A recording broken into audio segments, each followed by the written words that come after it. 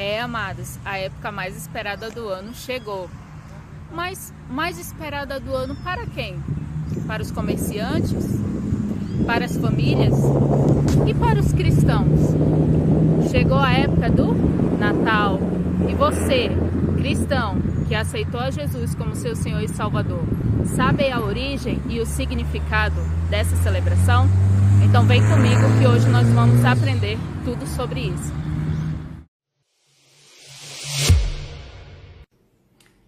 Amados, chegou a época mais esperada do ano. Mas mais esperada para quem? Para os comerciantes? Para algumas famílias? Ou será que alguns cristãos também continuam esperando pela celebração do Natal? Como cristãos, nós precisamos entender que o nosso Deus, ele é perfeito, ele é um Deus de ordem e existe o tempo certo para todas as coisas acontecerem. O nascimento, a morte e a ressurreição do nosso Senhor Jesus Cristo tem o tempo certo e as festas proféticas certas para terem acontecido. E não foi dia 25 de dezembro. Hoje nós iremos ver na Escola de Fundamentos, nesta aula sobre a cultura do Natal, a sua origem pagã, o quanto essa celebração que é tão aguardada por muitas famílias, que movimenta muitos recursos aí no comércio, que movimenta o final desse ano, nós iremos ver o quanto essa celebração que teve origem e que tem um objetivo, que não é celebrar o aniversário de Jesus Cristo. Precisamos, para começar, entender e ter um olhar profético muito mais aguçado. Como cristãos, não podemos caminhar ou fazer as coisas somente porque as pessoas fazem. E para isso a Escola de Fundamentos tem trazido esse módulo da cultura da casa paterna, que é a cultura do reino, para nos fazer entender que muitas vezes os hábitos e os costumes que nós carregamos e trazemos de geração em geração não estão condizentes com aquilo que o nosso Deus tem nos ensinado ou tem trazido para as nossas vidas. E que quando nós praticamos aquilo que não está de acordo com a sua palavra ou a cultura do seu reino, nós perdemos o alvo, perdemos o propósito, amados. Por isso devemos entender, à luz da palavra, o que é essa celebração que move muitas emoções, amados, na vida de muitas pessoas, que move e que rouba recursos de muitas pessoas. Hoje, para começar, nós vamos lá em Colossenses, capítulo 1, versículo 13 a 17. Vamos trabalhar um pouco sobre a nossa ótica espiritual. Não adianta eu começar a falar para você propriamente, diretamente, sobre a origem da cultura do Natal, sobre a sua origem pagã, sem que você entenda que deve ter uma ótica profética, de que você deve ter uma visão profética, entender que tudo tem o tempo determinado e que tudo tem um propósito. E vamos ver ali de maneira bem resumida, em Colossenses 1, de 13 a 17, qual o propósito? No versículo 13 diz assim: Ele, Deus, nos tirou do império das trevas e nos transportou para o reino do Filho do seu amor, em quem temos a redenção pelo seu sangue, a saber, a remissão dos pecados, o qual é a imagem do Deus invisível, o primogênito de toda a criação. Porque nele, em Jesus Cristo, foram criadas todas as coisas que há nos céus e na terra, visíveis e invisíveis, sejam tronos, domínios, principados, potestades, tudo foi criado por ele e para ele. E ele é antes de todas as coisas. E veja só, e todas as coisas subsistem por ele. Então, todas as coisas devem ser voltadas. Toda honra, toda glória, todo louvor, toda adoração deve ser voltada para Jesus Cristo. E quando isso sai do foco, quando há algo que rouba essa adoração, que rouba esse louvor, essa honra e essa glória, aí nós vemos que é algo que está fora da cultura do reino. E essa é uma celebração em que nós vemos que, apesar de a sociedade dizer que é o aniversário, que é a celebração do nascimento do Senhor Jesus Cristo, ele é o último a aparecer nessa festa. Você concorda comigo? Existem muitos personagens que roubam todo o cenário, que roubam toda a glória, que roubam toda a honra que deveria ser dada ao Senhor Jesus Cristo. E isso não é à toa, porque como veremos a seguir nas próximas aulas, o nascimento de Jesus Cristo não foi no dia 25 de dezembro. E apesar do que muitos dizem que não dá para saber o tempo exato, ou o momento exato em que Jesus Cristo nasceu, nós que conhecemos a palavra sabemos bem o período em que Jesus nasceu, porque Deus é um Deus de ordem e de propósito, e ele nasceu no período da festa dos tabernáculos. Então, hoje, nós vemos que tudo que sai desse foco, tudo que sai do propósito, ele é algo que não vem da parte de Deus. E aí entra um personagem que muitos de nós conhecemos como Lúcifer, conhecemos como diabo, conhecemos como inimigo, como Satanás. Esse que, por termos dado ouvido à sua voz, trouxe destruição e ruína para nossa casa, vida, família, vida financeira.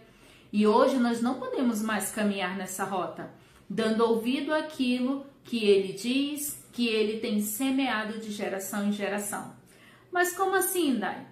Tudo que vem de desonra, amados, vem da parte de Satanás.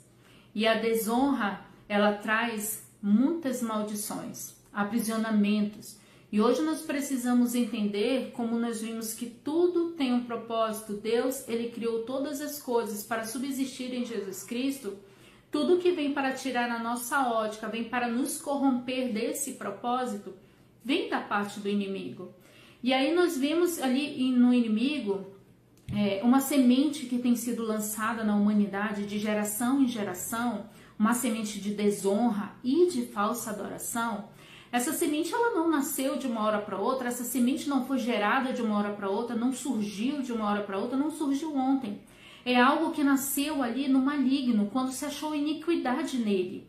Nós vemos lá em Isaías, no capítulo 14, versículo de 13 a 14, diz assim: E tu dizias no teu coração, esse é Satanás, eu subirei ao céu, e acima das estrelas de Deus exaltarei o meu trono, e no monte da congregação me assentarei, da banda dos lados do norte. Subirei acima das mais altas nuvens e serei semelhante ao Altíssimo. Ele desejava colocar o seu trono acima do trono de Deus.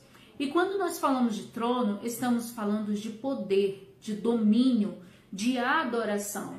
Porque aquele que está em um trono, ele tem ali recebido adoração. E quando nós falamos do trono de Deus, ele que estava sendo adorado pelos anjos nesse momento, Satanás queria roubar essa adoração.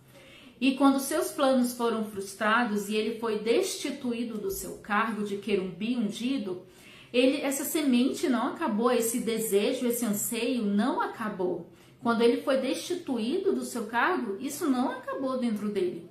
Pelo contrário, como ele não conseguiu obter êxito ali no seu plano de roubar a adoração a Deus ali de maneira direta dos anjos, depois de destituído, ele trabalha na vida do ser humano há muito e muito tempo para fazer com que o ser humano também venha a ser corrompido.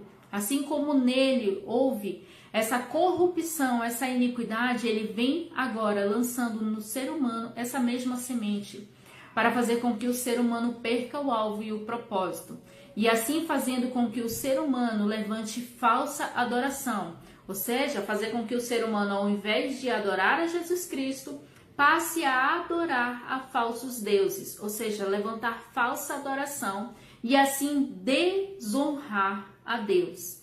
Fazendo com que o homem ele perca o caminho, fazendo com que o homem entre em uma rota de perdição. E assim, Satanás tenha poder e domínio sobre a sua vida. Então, não se trata apenas de simples festas, não se trata de simples celebração. Precisamos entender o propósito que há por trás dessas celebrações. Satanás, quando vem trazendo todo esse contexto dessa celebração fora do tempo que é devido, fazendo com que o ser humano não entenda, não compreenda o tempo certo do nascimento de Jesus Cristo, ele não está fazendo somente com que o homem perca a ótica, simplesmente com que o homem não conheça qual é a data do nascimento de Jesus Cristo, em que festa Jesus Cristo nasceu. Ele está fazendo com que o ser humano comece a levantar falsa adoração, comece a se apegar a coisas que vão tirar eles do caminho de Deus.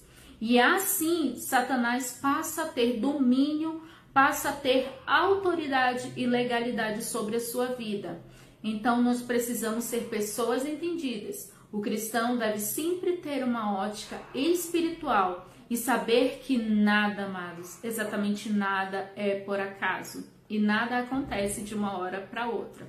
Então, nós vemos aqui o intuito de Satanás, desde o princípio, de querer roubar a adoração, de colocar um trono. E quando ele fala aqui sobre sereis semelhante ao Altíssimo no versículo 14, não é de ser semelhante de uma maneira boa, como Deus quando criou o ser humano e disse a sua imagem e semelhança, trazendo ali uma essência divina.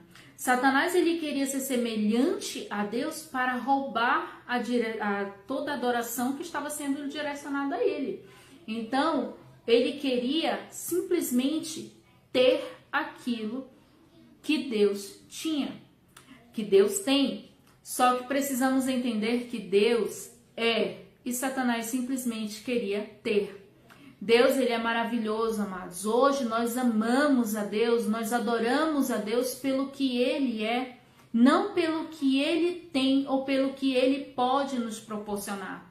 Ele que é o dono do ouro e da prata, mas nós não o amamos simplesmente porque ele tem poder, porque ele tem domínio, mas o amamos porque ele é maravilhoso, porque ele é o nosso Deus, porque Jesus Cristo é o nosso Salvador, é por ele, pelo sangue dele que tivemos a remissão dos pecados. E essa é a grande diferença entre Deus e o inimigo, amados. O inimigo, ele sempre quer ter, mas Deus simplesmente é. E aí vamos ver mais adiante, agora, a partir do dilúvio, quando ali Noé estava embriagado. E aí nós sabemos que antes disso houve todo um contexto de como a humanidade já estava totalmente destruída, como a humanidade já estava perdida, estava em práticas que eram corrompidas, práticas que estavam totalmente em desacordo com a cultura do reino. Então Deus olhou para a terra e viu um homem justo e ali trouxe salvação para sua casa, para sua família, e veio o dilúvio e toda a história que nós conhecemos. Após o dilúvio, há um momento em que Noé está embriagado. E após embriagar, ele acaba ficando nu. E um dos seus filhos, chamado Cã, vem carregar essa semente da desonra. Essa semente de Satanás para fazer corromper a humanidade se acha em Cã. Cã, ao ver a nudez de seu pai, ao invés de ajudá-lo, ao invés de ali cobrir a nudez do seu pai, diante de uma fragilidade do seu pai, diante de um momento de fragilidade do seu pai, ele acabou chamando seus irmãos e assim expondo a vergonha do seu pai. Isso mostra um ato de desonra por parte de um filho. E a desonra, como nós estamos falando, é uma semente que vem do maligno. E essa semente, amados, ali que se achou em Cã também, continuou perpetuando por gerações. Cã teve um filho chamado Cuxi, e Cuxi teve um filho chamado Nirode. E aí nós vamos falar sobre esse personagem agora, que é chamado em algumas culturas como Deus Sol, como Mitra, e em várias outras mitologia grega, em vários outros países, em cada país ele tem um nome diferente, mas a história, o personagem é o mesmo, só muda o nome. E aí nesse momento nós vamos entrar diretamente ali na questão da origem pagã dessa celebração do Natal, falando sobre Nirode, Semíramis e Tamuz. Lá em Gênesis 10, nós vemos falar a respeito da descendência de Noé. E dentro dessa descendência, Noé, Cã, Cuxi, nasce Nirode. E Nirode, ele é mostrado ali no versículo 8 como um homem poderoso, um poderoso caçador, e que edificou grandes cidades. Dentre elas, nós vemos Babel e Nínive, cidades que foram edificadas, mas cujo objetivo não estava em adorar a Deus, cujo objetivo começou a mostrar um nível de desonra a Deus muito grande. E aí essa é a importância de nós entendermos o objetivo das coisas, entendermos o propósito, entendermos o que há por trás de tudo isso. Nirode edificou ali a Torre de Babel. E você sabe qual era o objetivo da Torre de Babel? Exatamente, tocar o cume, ou seja, que o seu cume, que o seu ápice ali, que o topo, tocasse os céus. E quem era que queria tocar nos céus? Quem era que queria estar nos céus? Colocar o seu trono acima do trono de Deus, e o trono de Deus está nos céus. Era Lúcifer. Por isso precisamos ter essa ótica espiritual de entender o que está por trás. Nirode, ele edificou grandes cidades, sim, foi um homem poderoso sobre a terra, mas tudo aquilo que ele fez foi para adorar a Deus? O objetivo, a essência que havia no seu coração, o que ele fazia, estava ali sendo para adorar a Deus? Estava sendo para levantar honra, glória, altares a Deus? Nós vemos em todo o contexto da história dessas cidades que não. Então Nirode, ali dentro da história, nós vemos que esse poderoso caçador, esse homem que edificou tantas cidades, ele acaba casando com a sua própria mãe, que era Semíramis. Essa mulher, ela tem um papel muito importante dentro dessa cultura do Natal, porque ela vem trazendo cenários e também gerando personagens, como nós vemos no filho mais adiante, personagens que vão ser raiz, que vão ser base para alguns símbolos do Natal, que você verá também nas próximas aulas.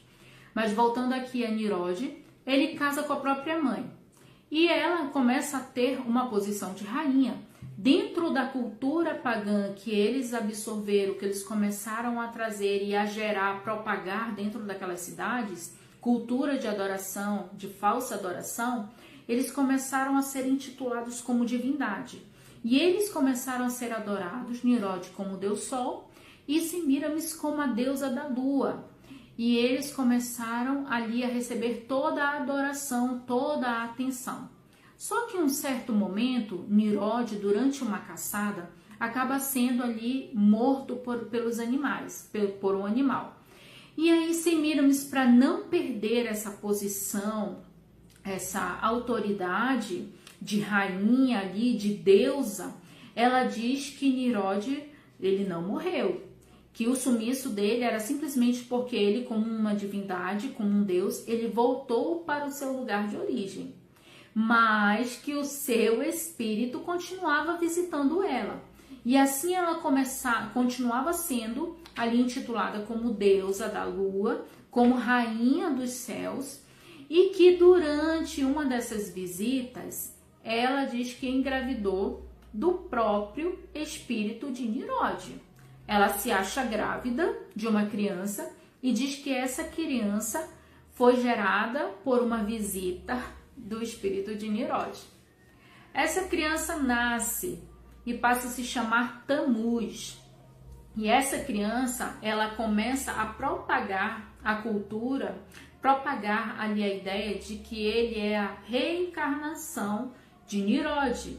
Ou seja, que ele deve ser adorado como se fosse Nirode. E Nirode, como edificou tantas cidades, era um homem muito conhecido, era um homem muito visto ali por aqueles povos. Então, Tamuz começou a receber também a adoração. E ela, como mãe de Tamuz e como a esposa de Nirode, ela continuou tendo todo esse poderio, toda essa posição continuou tendo ali como rainha. E essa mulher, ela propaga muitas questões a respeito da adoração, da falsa adoração. Nós vemos lá em Jeremias, no capítulo 7, 18, como ela é conhecida como Rainha dos Céus e como ela é capaz de conduzir homens, mulheres e até crianças a essa falsa adoração. É como se ela fosse essa divindade, tivesse todo esse poder divino para mover as coisas. E que esse filho que ela gerou, na verdade, por uma relação ali fora do casamento, que já era totalmente errado, casou com o próprio filho, ela diz que esse filho já é filho de uma divindade que era Nirod, que tinha voltado para o lugar de origem. E esse filho também se torna um grande caçador. E durante uma caça acontece o mesmo que aconteceu com Nirod. Ele morre. Só que onde ele morre, ali no local onde ele morre, tem uma árvore, começa ali a brotar uma árvore, e ela diz que o espírito do filho dela agora continua ali naquele local, continua naquela árvore. E começa a conduzir a adoração ali àquela árvore. Essa mulher, ela trabalhou de forma para que jamais ela perdesse a sua posição de autoridade. E aí, dentro desse cenário, desses três personagens que nós contamos a história, eles fazem parte de uma cultura de adoração, Deus Sol, deusa da Lua, e aí continua ali Tammuz sendo adorado como uma divindade. E eles, esse contexto todo que eu trago, explicando ali a história da vida deles, é para que vocês entendam o nível de adoração que era gerado a eles. E essa adoração toda acabou gerando uma festa chamada o solstício de inverno, que era justamente ali no período de dezembro, no período de final de ano, que era o tempo onde o sol aparecia dentro do inverno, dentro desse tempo frio, onde o sol aparecia por mais tempo, onde o dia se tornava mais longo. E aí havia a celebração, dentro da cultura pagã, de adoração a outros deuses, essa festa do solstício de inverno. E essa festa, amados, que era celebrada ali pelos povos pagãos, essa festa acabou sendo absorvida por Roma. Vamos colocar assim, eu espero que você me entenda. Acabou sendo absorvida ali por Roma para que esses povos pudessem se achegar até esse sistema religioso que estava ali implementado em Roma, e pudesse ali continuar, eles pudessem se achegar, não ser estranhos, mas que eles se sentissem abraçados ali pelo sistema religioso da época. Nós vemos então a continuação da mescla com aquilo que deveria ser, continua mesclando, tentando absorver coisas que não eram.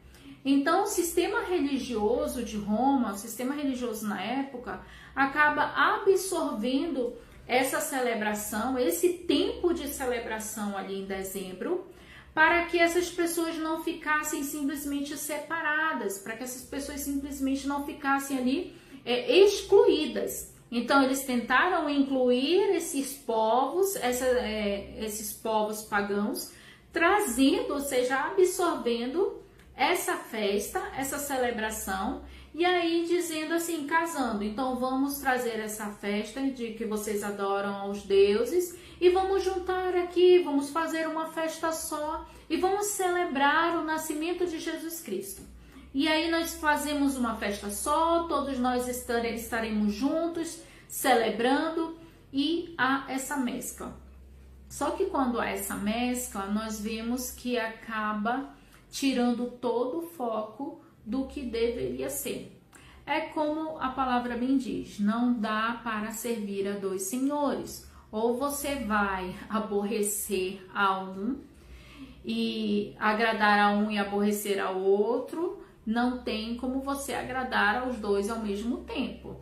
Então, quando o sistema religioso romano absorve essa festa pagã e tenta trazer, incluir ali os seus fiéis para que eles estejam juntos em uma celebração só, acaba mesclando e tirando o alvo daquilo que deveria realmente ser.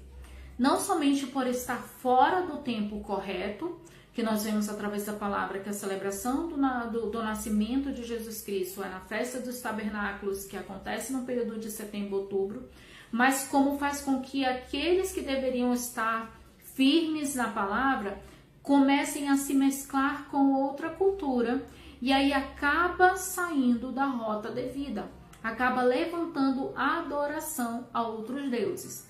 E aí nós vemos no contexto dessa celebração toda, amados, que nós olhamos ao nosso redor, que ano após ano, nós vemos que todo o cenário que se é colocado, o alvo principal, o foco principal dessa celebração, acaba sendo ali o Noel, as luzes, toda uma imagem, todo um cenário, todo um querer, um desejo, um anseio por algo que na verdade não é. Nós vemos pessoas, famílias se reunindo que passam o ano todo brigando, discutindo, e aí nesse período não vamos nos reunir porque é Natal, só que acaba tudo sendo o objetivo, o propósito totalmente fora do que deveria ser, totalmente fora do propósito. Precisamos sempre entender que Deus, ele é um Deus de ordem, é um Deus de propósito. Então nós não podemos fazer as coisas simplesmente porque todo mundo faz. Devemos entender, se a Bíblia nos mostra que Jesus não nasceu nesse período, qual é o objetivo então de haver uma celebração nesse período? Qual é o objetivo então de haver essa festa? Movimentar o comércio, porque nós vemos que dentro desse ciclo, veja só, muitas pessoas nesse período de final de ano que vem o famoso 13º, um dinheiro que vem aí para as pessoas, para as famílias, um dinheiro que deveria fazer algo melhor, trazer uma melhoria para sua casa, para sua família, mas que as pessoas investem pesado nesse final de ano. Já é liberado esse recurso, veja só, justamente nesse período dessa celebração, para movimentar todo o comércio. E aí passa esse período dessas celebrações, onde se compra roupa nova, onde se compra presentes, onde até aquela história de você é uma boa criança para quando o Papai Noel vier, eu receber um presente, é só falsidade, não é? E aí nós vimos que depois que passa essa celebração, as pessoas começam o ano sem dinheiro, e aí entra uma rota de um ciclo, na verdade, de endividamento, de problemas financeiros, e aí quando as pessoas começam ali no meio do ano a melhorar, a estabilizar as coisas, vem novamente esse período do final de ano, onde as pessoas gastam para mostrar algo que não são, ou para ter algo que ali não condiz, e acaba entrando nessa rota, nesse ciclo de se endivida final do ano, no início do ano não tem recurso, gasta tudo que tem final do ano, no início do ano não tem recurso, e aí passa meses para se recuperar, e aí final do ano volta tudo de novo, e as pessoas não conseguem ir para frente. Tudo tem um objetivo por trás, amados. Dentro dessa celebração toda, que surgiu de um solstício de inverno, de uma celebração a outros deuses, de uma celebração a um casal que na verdade cometeu incesto, um filho que nasceu de um adultério, ali de algo que não era verdade. E nós vimos que toda essa celebração, amado, já tem uma raiz de mentira, de engano. E que hoje nós não podemos mais caminhar como o sistema religioso de antigamente, que tentava absorver as coisas ao seu redor, tentava mesclar com as coisas, com os povos ao seu redor, com a cultura ao seu redor, para um bom convívio. Nós precisamos entender quem nós somos como cristãos, o objetivo, o propósito que nós temos sobre essa terra, entender à luz da palavra realmente como as coisas estão acontecendo, como realmente são, e é nisso que nós devemos seguir. Se a cultura do reino de Deus é essa, é isso que nós precisamos seguir. Se a cultura dessa celebração da festa de 25 de dezembro, que fala que é o nascimento de Jesus, mas que nasceu de uma origem pagã, de uma celebração a uma família de incesto e adultério, nós devemos hoje, amados, romper com essa cultura pagã e entender à luz da palavra qual é realmente o período do nascimento de Jesus e celebrar no período certo, porque o nosso Deus é um Deus de tempo certo, é um Deus de tempo e propósito. Então, fique com essa aula, paz e justiça do reino.